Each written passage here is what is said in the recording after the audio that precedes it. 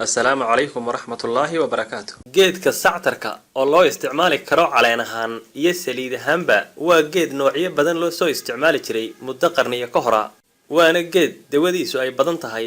wuxuu dawo fiican u yahay bakteeriyada jidhka ku dhalata ee dhibka ku haysa jidhka.